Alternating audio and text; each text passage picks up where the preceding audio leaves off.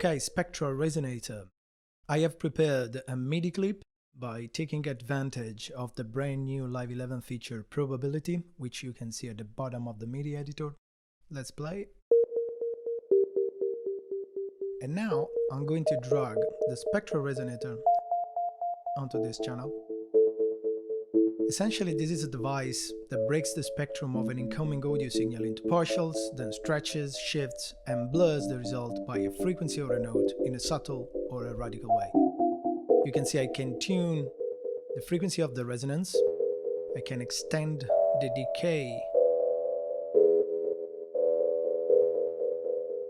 and I can act on the high frequency as well as the low, taking advantage of the damping feature. I can also tune the main frequency by using the pitch option down here.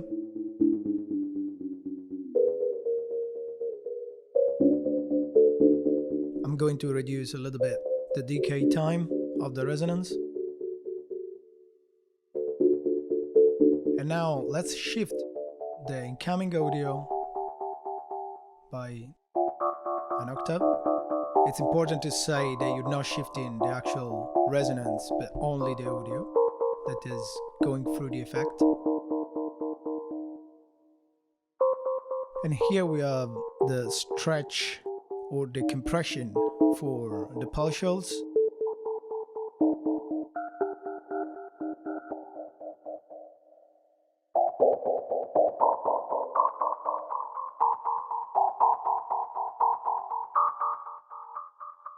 And now let's apply some modulation to the partials. There are three different options: chorus, wonder, and granular. Chorus applies triangle wave modulation at different frequencies for every partial. I can easily change the modulation rate as well as pitch modulation that can get till 4 semitones. And then let's play with wonder. This option apply modulation by ramping a random level, random intervals. And then eventually we have got granular that randomly triggers exponential envelopes.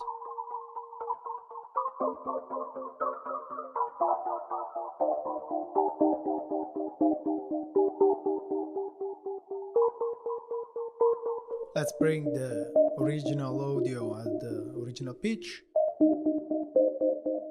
There are a few other features like the harmonics. You see that you can reduce the number of the harmonics produced on top of the main frequency. You can get till 1 while you're supposed to listen as sine wave. Now the audio is barely audible. Let's bring it back. And you can see that you can add unison voices and adjust their intensity.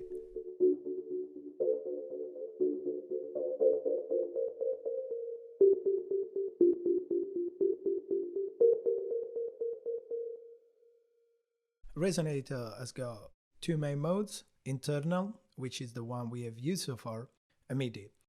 You can see how the frequency dial changes into a transposer. And now, through this menu, I can select the device that I want to feed the MIDI notes into the resonator. Let me stretch the notes just to demonstrate the next point. The device is now detecting one single pitch. You can see set as mono, and I'm applying a glide to it.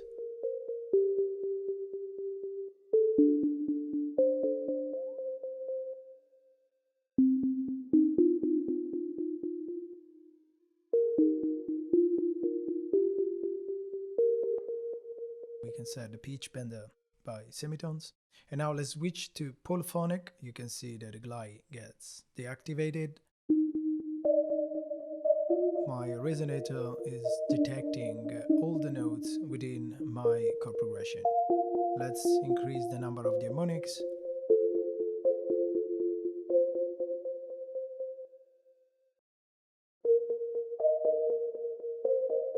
And now let's use the Spectral Resonator in context within a track. Alright, let's have a quick listen.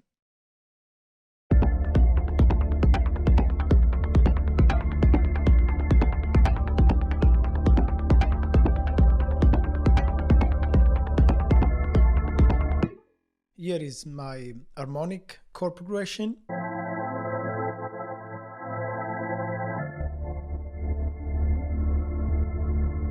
Bass. And then the drum, which is not affected directly, but I've got two resonators on send A and B. The first one is receiving notes from this specific MIDI clip. And you can see here that the stretch is at -88. So I'm using it to create a sense of depth. It's like a dark, tight, bouncing reverb.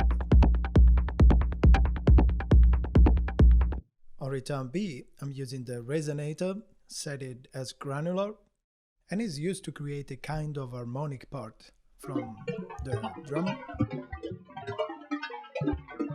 and it can be fun to play with the settings along the track, so it can get more extreme and experimental.